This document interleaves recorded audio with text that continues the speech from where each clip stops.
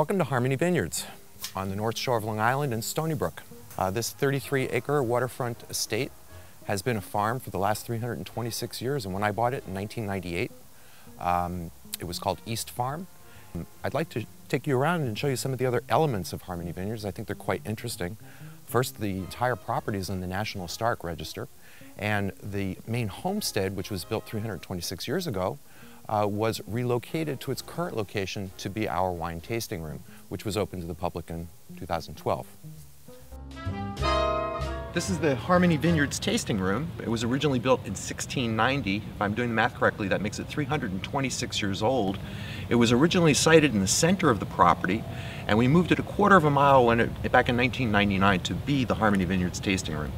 I'd love to show you around inside.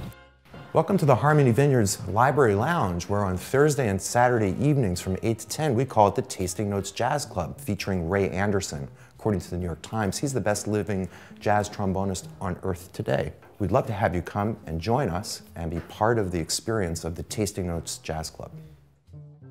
Hi, this is Adam Rakicki from Bevy Social, here with David Acker from Harmony Vineyards in Stony Brook, New York. David, tell us a little bit about how you got into the winemaking business. Well, it's kind of a long story.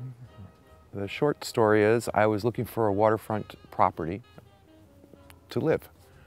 And I came across this 33-acre waterfront estate and fell in love with it immediately. I got to the front gates and I was like, this is just amazing. And it had been in continuous farming for the past 326 years. And I thought it would be great to keep it in the historic farming tradition. But this acreage was growing green peppers and tomatoes, and I thought, well, how boring is that? Being a lover of wine, I thought, let's try some French vinifera. It does very well on Long Island. So we planted 6,600 vines back in 2002, pretty much evenly split between Merlot, Cabernet Franc, Cabernet Sauvignon, and Chardonnay. And today we make a Bordeaux blend. We call it the Harmonious Red Blend, and a Chablis-style Chardonnay. What do you think makes Harmony Vineyards unique? Well, aside from great wine, we have our focus on art and music. And as you'll see, we have a dedicated jazz club here.